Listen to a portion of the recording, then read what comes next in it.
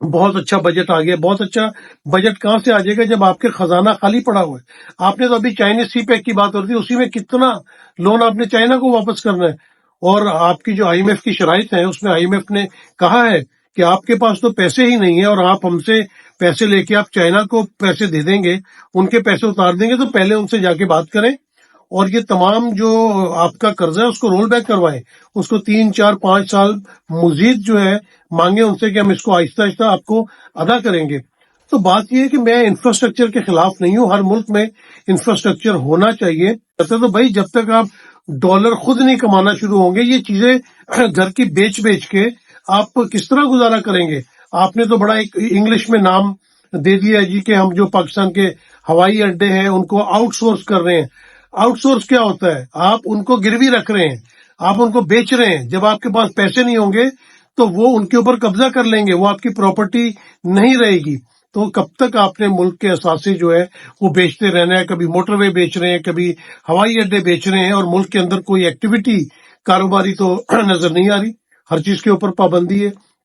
Overseas بھی جب جن سے ملاقات ہو, کوئی بھی پاکستان کے اندر انویسٹمنٹ کرنے کو تیار نہیں ہے. وہ کہتے ہیں کہ ہمارا پیسہ وہاں پہ سیکیور نہیں ہوتا, اور وہاں پہ اتنے مسائل ہیں کہ ایک کام پروجیکٹ شروع کرنا چاہو تو اس میں کتنا عرصہ لگ جاتا ہے, سالہ سال لگ جاتے ہیں, پیسے ڈوب جاتے ہیں جو باہر کی کمپنیوں سے معاہدے کی ہوتے ہیں. ڈالر کا ریٹ کہاں سے کہاں پہنچ جاتا ہے, تو آپ اس کو کس طرح کریں گے؟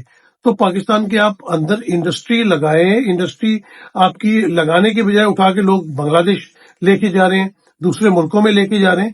تو اپنے ملک میں جو معاشی حالات ہیں وہ درست کرنے کے لیے آپ ٹورزم کو بہتر کریں, فیسلٹیز پرووائڈ کریں ٹورسٹ کو. ٹورسٹ آئے گا, جیب میں پیسے ڈال کے آئے گا, ڈالر لے کے آپ کے ملک میں آئے گا, تو آپ کے ملک میں ڈالر بھی آئے گا, لوگوں کا روزگار بھی لگے گا, ایک بہتری کی طرف آپ جائیں گے. آپ نے تمام طرف کے بارڈر بند کیے ہوئے, بھارت سے بارڈر بند ہے, ایران سے بارڈر بند ہے, افغانستان سے بارڈر بند ہے. جب تک آمد و رفت نہیں ہوگی, جب تک لوگوں کا آنا جانا نہیں ہوگا, تو آپ کس طرح اس چیز میں بہتری لا سکتے ہیں؟ تو یہ تمام چیزیں بیٹھ کے سوچنے کی. پاکستان کے اندر سیاسی استحکام لے کے آئیں, تمام سیاسی پارٹیوں کو آن بورڈ لیں, عوام کا اعتماد بحال کریں. آپ سے تو عوام کا جو اعتماد ہے وہی بحال نہیں ہو پا رہا. جس طرح آپ نے الیکشن کیے ہیں, اور الیکشن کے بعد سے جو ایک تماشا چل رہا ہے وہ ٹریبونلز والا, کہ ایک ٹریبونل بحال ہوتا ہے, الیکشن کمیشن نیا ٹریبونل بنا دیتا ہے. الیکشن کمیشن کیا ہے؟ الیکشن کمیشن نے اس ملک کا سیاسی استحکام درم برم کر کے رکھ دیا. یہ کیا, کون ہے الیکشن کمشنر؟ کیا ہے الیکشن کمیشن والے جو بیٹھے ہوئے ہیں؟ یہ کس کی خدمت کر رہے ہیں؟ یہ کس کے لوگ بنے ہوئے ہیں؟ یہ کس کو فائدہ پہنچانا چاہتے ہیں؟ آپ ٹریبونل کو نہیں مان رہے, آپ فلاں کو نہیں مان رہے. آپ نے فارم 47 کے ذریعے حکومتیں بنوا دی ہیں. اب اگر کوئی عدالت میں جانا چاہتا ہے, ٹریبونل میں جانا چاہتا ہے, تو آپ اس کو بھی موقع فراہم نہیں کر رہے. خدا کے واسطے اس ملک کے اوپر رحم کریں. اس ملک کا سیاسی استحکام آپ نے تباہ و برباد کر دیا ہے. آئینی اور غیر آئینی غیر قانونی کام کر کے آپ اس ملک کو تباہی کے دہانے پہ لے آئے ہیں. آپ سے 90 دن میں الیکشن نہیں ہوتے. آپ نے نہ پنجاب میں کرائے, نہ خیبر پختونخوا, نہ وفاق کے اندر. آپ کس چیز کے پیسے لے رہے ہیں؟ کس چیز کے لیے آپ وہاں بیٹھے ہوئے ہیں اگر آپ پاکستان کو ایک اچھے الیکشن نہیں دے سکتے؟ بھارت ہم سے کتنا بڑا ملک ہے, کتنے صوبے ہیں وہاں پہ, آپ دیکھیں کتنے بڑے الیکشن ہوئے ہیں وہاں پہ. ہماری تو اتنی آبادی نہیں ہے جتنے وہاں پہ ووٹ پڑ گئے ہیں. اور کس طریقے سے وہاں کے الیکشن کمیشن نے ووٹ کروائے ہیں, ووٹنگ کروائی ہے, اور اس کا جو ریزلٹ آیا, کوئی پارٹی دھاندلی کا شور نہیں مچا رہی. چھوٹی موٹی باتیں ہوتی رہتی ہیں, لیکن کسی نے کوئی بڑی دھاندلی کا شور نہیں مچایا. آپ نے تو یہاں آوے کا آوا بگاڑ کے رکھ دیے.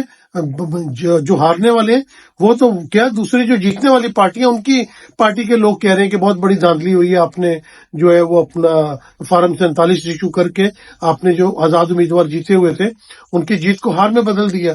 تو اب جس طرح کے معاملات کو لے کے چل رہے ہیں, سیاسی استحکام نہیں آ رہا, معاشی استحکام نہیں آ رہا, جس قسم کا بجٹ پیش کیا گیا اس میں آپ نے غریب کو کیا دیا ہے؟